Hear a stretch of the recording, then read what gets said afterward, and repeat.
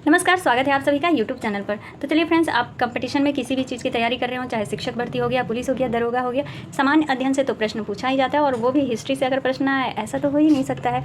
तो चलिए आज हम लोग इस वीडियो में देखेंगे यूरोपीय कंपनियों का भारत में आगमन। एक मेरी वीडियो जा चुकी है जिस पर कि लेक्चर 1 उसको नाम मतलब एल करके 1 to ऐसे सीरीज़ वाइज हम लोग पढ़ेंगे। तो ये पूरा कंप्लीट हो गया है जिसमें कि ये जितने भी टॉपिक थे जिनसे कि प्रश्न पूछे जाते हैं और आप लोग स्वयं देखेंगे कि बिल्कुल नोट्स की तरह ये बुक है।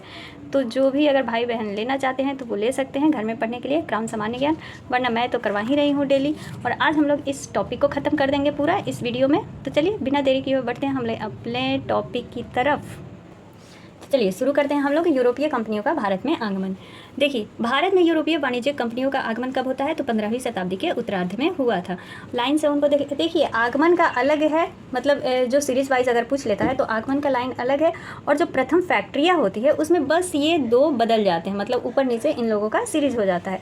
तो पहले आगमन देख लीजिए कौन कैसे आया। तो पुर्तगाली सबसे पहले आया, ये तो पता ही है कि 1498 ईस्वी में। उसके बाद कौन आया, अंग्रेज आया 1600 ईस्वी में। उसके बाद डच आता है 1602 ईस्वी में। फिर है डेनिश 1616, फ्रांसीसी 1664 और स्वीडिश आते हैं 1731 ईस्वी में। इसको ऐसे भी ट्रिक बहुत सारे बना हुआ है कि पुत्र अड़ा डैड फंसा, पुत्र अड़ा डैड फंसा, यानी पुर्तगाली हो गया, अंग्रेज हो गया, डच हो गया, डेनिश हो गया, फ्रांसीसी हो गया और स्वीडिश हो गया। ठीक है, अब इनके ये सारे आप लोग वर्ड्स याद कर लीजिएगा, नहीं तो आप लोग स्वयं एक नोट्स ज़रूर बनाएं। प्रथम पुर्तगाली वास्को डी गामा गुजराती पथ प्रदर्शक अब्दुल मनीद, देखिए कितना बारीक से मतलब ये नोट्स तैयार किया गया है बुक में। अब्दुल मनीद की सहायता से 90 दिनों की समुद्री यात्रा के बाद 17 मई 1498 ईस्वी को भारत के पश्चिमी तट पर स्थित जो कालीकट है केरल में बंदरगाह, वहाँ पर उतरा था। तो किसके पथ प्रदर्शक में, अब्दुल मनीद के पथ प्रदर्शक में। ये क्या था, तो ये एक व्यापारी था। ठीक है, 90 दिन की समुद्री यात्रा की थी इसने। अगर बारीक से बारीक भी प्रश्न पूछता है तो क्या पूछेगा इससे ज़्यादा। 17 मई 1498 ईस्वी को भारत के पश्चिमी तट पर स्थित कालीकट बंदरगाह पर उतरा। वहाँ पर उसका जो स्वागत है वो कौन करते हैं, तो जो जमहूरीन शासक होते हैं वहाँ के हिंदू शासक, वो उनका स्वागत करते हैं। थोड़ा सा बड़ा कर लेते हैं। अब आगे का पॉइंट है, पेट्रो अल्ब्रेस केब्राल दूसरा पुर्तगाली था जो 31 दिसंबर 1500 ईस्वी को भारत आया था। तो देखिए, पहला तो हो गया वास्को डी गामा और दूसरा कौन सा हो गया, तो पेट्रो अल्ब्रेस केब्राल हो गया, जो कि कब आया था तो 1500 ईस्वी में आया था।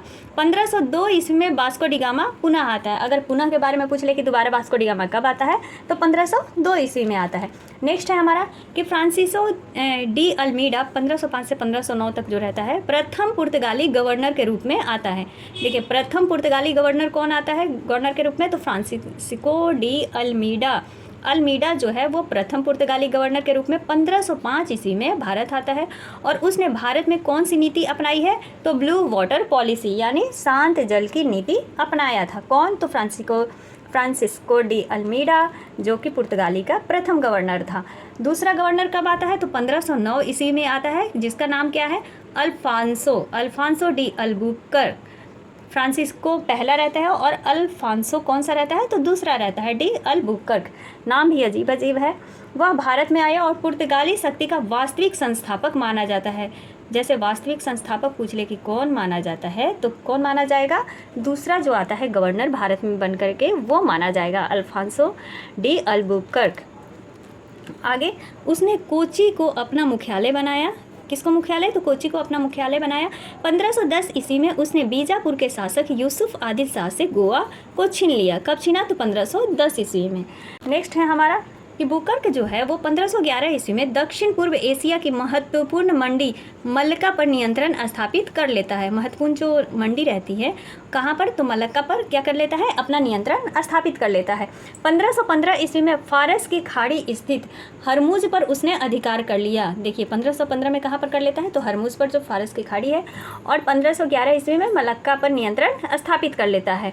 नेक्स्ट है हमारा कि 1530 ईस्वी में पुर्तगाली गवर्नर नीनो डी कुन्हा ने कोची की जगह गोवा को राजधानी बनाया। तो ये भी प्रश्न पूछा जाता है कि पुर्तगाली का वो कौन गवर्नर था जिसने कोचीन की जगह गोवा को अपना राजधानी बनाया, तो कौन बनाया, नीनो डी कुन्हा ने बनाया। नेक्स्ट प्रश्न कुन्हा ने मद्रास के निकट कहाँ, सेंथोम और बंगाल में हुगली में पुर्तगाली बस्तियाँ स्थापित की। इनोढिकुन्हा था, उसने 2 बस्तियाँ बसाई। कहाँ? तो मद्रास के निकट एक सेंथोम और बंगाल में हुगली की जगह पर एक पुर्तगाली एक बस्तियाँ स्थापित की। उसने 1534 ईस्वी में बेसिन पर, 1535 ईस्वी में दीव पर अधिकार कर लिया। तो बेसिन पर कब किया? तो 1534 ईस्वी में, और 35 में दीव पर अधिकार कर लिया। पुर्तगाली गवर्नर मार्टिन डिसूजा के साथ प्रसिद्ध संत जेवियर भी भारत आए थे। किसके साथ? तो मार्टिन डिसूजा के साथ। पुर्तगाली सामुद्रिक साम्राज्य को एस्तादो दा इंडिया के नाम से भी जाना जाता है। जो उनका सामुद्रिक साम्राज्य था, पुर्तगाली सामुद्रिक साम्राज्य, उसको किस नाम से जाना जाता है? तो एस्तादो दा इंडिया के नाम से जाना जाता है। भारत का पहला प्रिंटिंग प्रेस कब हुआ? तो 1556 ईस्वी में पुर्तगालियों द्वारा ही गोवा में स्थापित किया गया था। उन्होंने कार्टस अल्मेडा काफिला पद्धति पर जहाजों के अरब सागर में प्रवेश को क्या कर दिया था? नियंत्रित कर दिया था। और इन्होंने ही, जो पुर्तगाली थे, इन्होंने ही गोथिक स्थापत्य कला का प्रचलन किया था। फ्रेंड्स, आगे के जो भी टॉपिक है ना, वो बहुत ही महत्वपूर्ण है, तो इसलिए वीडियो को स्किप बिल्कुल ना करें, फास्ट करके भले ही आप लोग जरूर सुन लें। अगला है, देखिए थोड़ा सा ये पॉइंट देख लेते हैं इसको। गोथिक स्थापत्य कला के प्रचलन किसने किया था? तो पुर्तगालियों ने ही किया था। प्रिंटिंग प्रेस की भी स्थापना किसने की? तो पुर्तगालियों ने ही की। पुर्तगालियों ने 1503 ईस्वी में कोचीन में, यानी केरल में, अपनी पहली फैक्ट्री, और दूसरी कहाँ पर? तो कन्नूर में। देखिए, पहला तो सबको याद रहता है, लेकिन दूसरा याद करना रहता है, क्योंकि आजकल प्रश्न बहुत टेढ़े मेढ़े आ रहे हैं।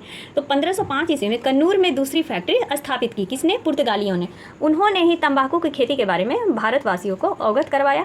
वे भारत में सबसे पहले आए और सबसे लास्ट में गए। यानी अब नेक्स्ट है हमारा हॉलैंड वासी, जिनको कि डच कहा जाता है। ये कब आए थे? तो ये 1602 ईस्वी में आए थे। तो डच देख लेते हैं, उसके बाद अंग्रेज़ों को देखेंगे। देखिए फ्रेंड्स, डच जो आए थे वो तो अंग्रेज़ के बाद आए थे, लेकिन जो इन्होंने अपनी कंपनी स्थापित की वो अंग्रेज़ों से पहले ही कर दी थी। ठीक है, अंग्रेज़ों से पहले ही इन्होंने कंपनी 1605 ईस्वी में स्थापित कर दी थी। कहाँ पर? तो मुसल्लीपट्टनम में। चलिए अब देखते हैं इन लोगों के बारे में। तो डच संसद द्वारा 1602 ईस्वी में डच ईस्ट इंडिया कंपनी की स्थापना की गई। कार्नेलियन हाउटमैन पहला डच यात्री था। पहला डच यात्री कौन था? तो कॉर्नेलियन हाउटमैन, जो 1596 ईस्वी में पूर्वी जगत पर पहुंचा था। सुमात्रा पहुंचकर बांटम के राजा के साथ इसने क्या कर दी? संधि कर ली। डच नौसेना नायक वादेर हेग ने 1605 ईस्वी में मुसल्लीपट्टनम में क्या किया? प्रथम डच कारखाना खोला। किसने खोला था? तो वादेर हेग ने खोला था 1605 ईस्वी में। तथा पोतोपल्ली में दूसरा कारखाना इन्होंने स्थापित किया। तो पहला कहाँ पर? मुसल्लीपट्टनम में, और दूसरा पोतोपल्ली में। नेक्स्ट है इनके बारे में कि डच द्वारा स्थापित कुछ कारखाने हैं, देख लेते हैं। पुलिकट में कब किए थे? तो 1610 ईस्वी में। सूरत में 1616, करिकल में 1645 में, चिनसुरा में 1653 में, और कोचीन में 1663 ईस्वी में पुर्तगालियों ने अपने कारखाने स्थापित किए थे। पुलिकट में डच कारखाने को गोलिड्रिया का किला तथा चिनसुरा में डच किले को गुस्ताबुस फोर्ट कहा जाता है। देखिए, पुलिकट में डच कारखाने को क्या कहा जाता था? तो गोलिड्रिया का किला कहा जाता था। और चिनसुरा जो हुगली में, यानी जो बंगाल में इन्होंने बनाया था, उसे क्या कहा जाता था? तो गुस्ताबुस फोर्ट कहा जाता था। बंगाल में पिपली में पहली डच फैक्ट्री स्थापित की गई थी। बंगाल में अगर पूछता है कि पहली फैक्ट्री, डच फैक्ट्री कहाँ स्थापित की गई थी, तो वो की गई थी पिपली में। देखिए, बंगाल में इन्होंने पहली फैक्ट्री पिपली में स्थापित तो की, लेकिन तुरंत ही इसको क्या कर दिया? तो बालासोर में स्थानांतरित कर दिया, मतलब बदल दिया इसको। डचों ने पुलिकट, जो उनका मुख्यालय था, वहाँ पे उन्होंने क्या चलाया था? सोने के सिक्कों को वो लोग क्या कहते थे? पैगोडा कहते थे, जिसका कि उन्होंने प्रचलन करवाया। 1759 ईस्वी में अंग्रेजों ने डच को बेदरा के युद्ध में पराजित कर भारत में उनकी गतिविधियाँ समाप्त कर दी। तो अंग्रेज जो थे वो बेदरा के युद्ध में इन लोगों को क्या करते हैं? पराजित कर देते हैं, और उनकी गतिविधियाँ जो भी होती है वो कम कर देते हैं, समाप्त कर देते हैं। अब तीसरा है हमारा अंग्रेज। अब अंग्रेज कब भारत में आए थे? तो आए तो थे 1600 ईस्वी में, बट इन्होंने अपनी पहली फैक्ट्री जो स्थापित की थी वो किए थे 1611 ईस्वी में मुसल्लमपट्टनम में। ठीक है, मुसल्लीपट्टनम में। इंग्लैंड में मर्चेंट एडवेंचर्स नामक व्यापारियों के एक समूह ने the governor and company of merchants of London trading in to the East Indies की स्थापना की। कब? तो 1599 ईस्वी में। एक मर्चेंट, इंग्लैंड में जो एक मर्चेंट एडवेंचर्स नामक व्यापारी का समूह था, उसने ये कंपनी स्थापित की। कंपनी का नाम ही इतना बड़ा है, कंपनी स्थापित की। कब? तो 1599 ईस्वी में। महारानी एलिजाबेथ ने 31 दिसंबर 1600 ईस्वी में कंपनी को पूर्व देशों के साथ व्यापार के लिए 15 वर्षों के लिए क्या कर दिया? तो एक अधिकार प्रदान कर दिया, यानी अधिकार पत्र पहले दिया जाता था, तो वो प्रदान कर दी 15 वर्षों के लिए। किन देशों को? तो पूर्वी देशों को साथ में व्यापार करने के लिए। इंग्लैंड के राजा जेम्स प्रथम के दूत इंग्लैंड के जो राजा थे जेम्स प्रथम, उनका दूत कैप्टन हॉकिंस जो था वो हेक्टर नामक जहाज़ से सूरत आया। जहाज़ का भी नाम अगर इंक्लूड किया गया है तो उसको भी ध्यान में रखना है। तो हेक्टर नामक जहाज़ सूरत आया और जहांगीर के आगरा में स्थित जो दरबार था वहाँ पर पहुँचता है। कैप्टन हॉकिंस आता है ना, जिसको कि जहांगीर क्या नाम देते हैं तो इंग्लिश खां की उपाधि देते हैं।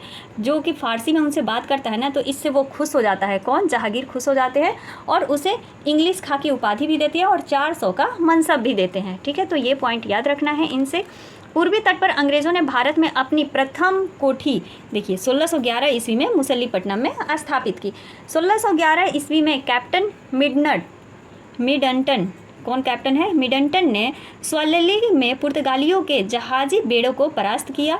अंग्रेज़ों ने जहांगीर की अनुमति से सूरत में पश्चिम भारत की पहली, देखिए सूरत में पश्चिम भारत की पहली और भारत की दूसरी कंपनी स्थापित की। तो ये पूछ सकता है कि जहांगीर की अनुमति से पश्चिम भारत में किन्होंने पहली फैक्ट्री स्थापित की थी? तो अंग्रेज़ों ने की थी सूरत में।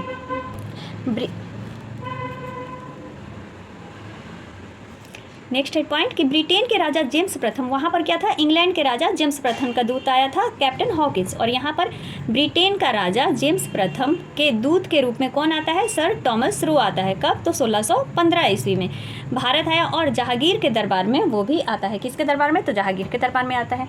गोलकुंडा के सुल्तान जो थे 1632 ईस्वी में अंग्रेज़ों को क्या कर देते हैं? सुनहरा फरमान जारी कर देते हैं, जिससे कि उनको व्यापार करने में बिल्कुल आसानी हो जाती है। अंग्रेज़ों ने पूर्वी तट पर अपना कारखाना 1633 ईस्वी में बालसोर एवं हरिपुरा में स्थापित किया। 1633 में ये कहाँ पर स्थापित करते हैं? तो बालसोर में और हरिपुरा में स्थापित करते हैं पूर्वी तट पर। नेक्स्ट पॉइंट है कि 1639 में फ्रांसीसी डे नामक अंग्रेज चंद्रगिरी राजा से मद्रास पट्टे पर प्राप्त किया। कौन किया? तो 1639 में जो फ्रांसीसी डे नामक एक अंग्रेज़ था उसने क्या किया? तो चंद्रगिरी राजा से मद्रास जो है पट्टे पर प्राप्त किया। जैसे किसान लोग पट्टे पर खेत लेकर के खेती करते हैं ना, उसी प्रकार से ये जो अंग्रेज़ था वो पट्टे पर क्या किया? मद्रास को ले लिया और वहाँ पर फोर्ट सेंट जॉर्ज की स्थापना कर दी। किसकी स्थापना की? तो फोर्ट सेंट जॉर्ज की स्थापना की। 1651 ईस्वी में ब्रिजमैन ने हुगली में एक कोठी स्थापित की। 1661 में पुर्तगालियों ने अपनी राजकुमारी कैथरीन ऑफ ब्रेगेंजा का विवाह ब्रिटेन के राजा चार्ल्स द्वितीय से करके बम्बई को क्या कर देते हैं? दहेज के रूप में दे देते हैं। कौन? तो पुर्तगाली दे देते हैं, जो कि अपनी राजकुमारी कैथरीन का विवाह करते हैं ब्रिटेन के राजा चार्ल्स द्वितीय से, उनको दहेज के रूप में बम्बई को दे देते हैं। 1668 ईस्वी में चार्ल्स द्वितीय ने बम्बई का द्वीप जो है 10 पाउंड वार्षिक किराए पर ईस्ट इंडिया कंपनी को दे देता है। अब जो दहेज में मिला है भाई उससे कमाई करने लगा। 10 पाउंड में किसको दे देता है? तो ईस्ट इंडिया कंपनी को दे दिया। 1687 ईस्वी में सूरत के स्थान पर बम्बई अंग्रेज़ की मुख्य व्यापारिक बस्ती बन जाती है।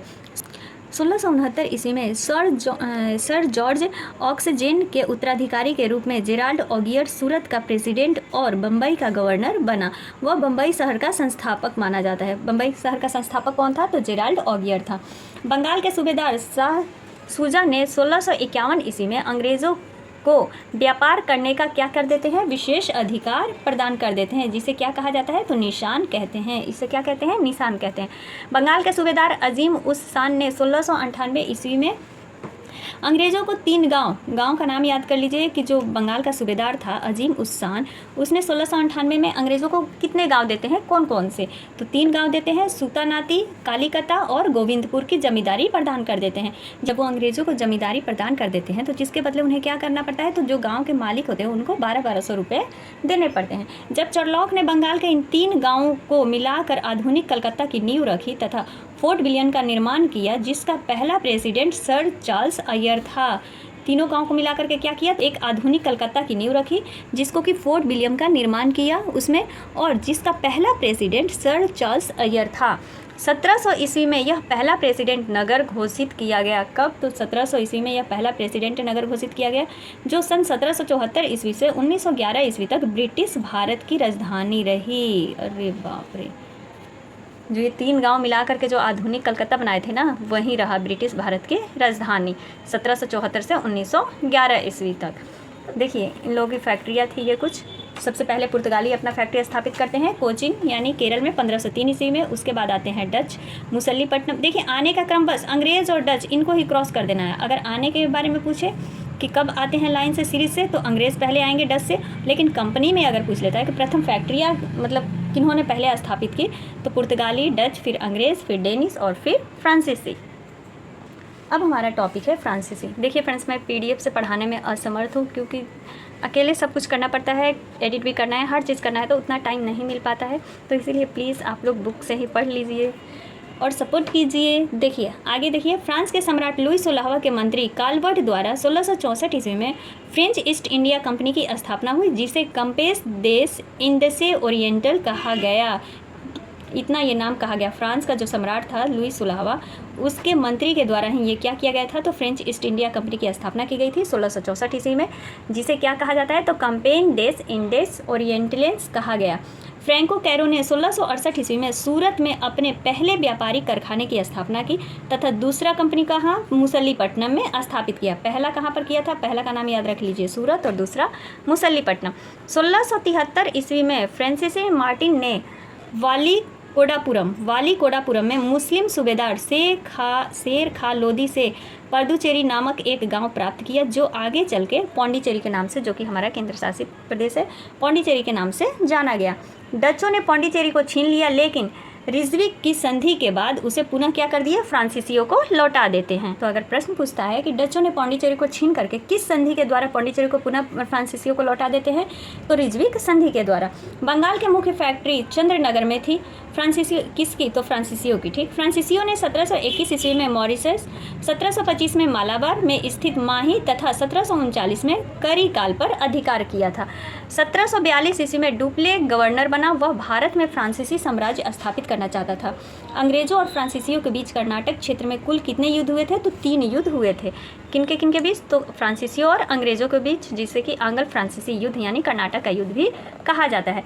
22 जनवरी 1760 को लड़े गए वाडीवास का युद्ध में फ्रांसीसी सेना पराजित हुई और उसका वर्चस्व क्या हो जाता है, तो भारत में समाप्त हो जाता है।